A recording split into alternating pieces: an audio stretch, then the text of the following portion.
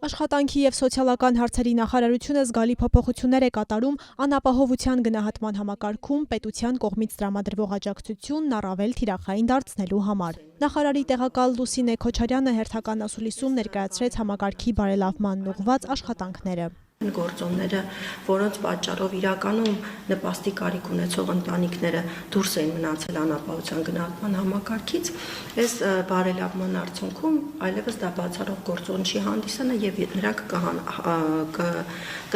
կընդգրկվեն անապահովության համակարգ եւ նպաստ կստանան։ Հիմնական գործոնը, որով դուրս էին մնում որոշ ընտանիքներ, դա նախկինում ունեցած վարկային պարտավորություններ կամ երաշխավոր էին հանդիսացել մեկին, որը իր վարկային պարտավորությունը չէր մարել եւ դրա պատճառով ընտանիքը համակարգից դուրս էր մնում։ Հիմա մենք փոխել ենք եւ վարկի վաղեմությունը եւ հստակ նշել ենք, թե որքան ժամանակ մարումներ չպետք է լինեն, որ այս գործոնը բացառող չհանդիսանա։ Մյուս փոփոխությունները վերաբերում են համակարգում ընդգրկված շահառու ընտանիքների ուսանողներին, ծառայությունից, քրեակատարողական հիմնարկներից վերադարձածների եկամուտներին, գազի սպառման չափաքանակին եւ այլն։ Նոր համակարգը շատ թիրախային է եւ թիրախային ընտրում են ընտանիքներին, որոնք գտնվում են ծայրահեղ աղքատության շերտում, այսպես ասենք, հատուկ բանաձևով է հաշվում նպաստի չափը եւ կախված է թե քանի աշխատունակ անձ կա ընտանիքում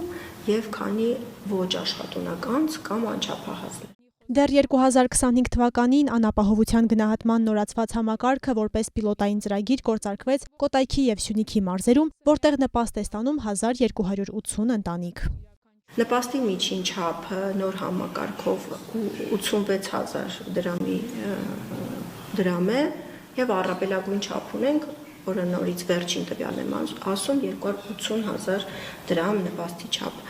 Եթե համեմատենք հին համակարգի հետ, հին համակարգում միջին նպաստի չափը մոտավորապես 29,000 դրամ էր, այսինքն մենք ունենք այստեղ էական բարելավում եւ ընտանիքի բարեկեցության վրա այս նպաստի չափը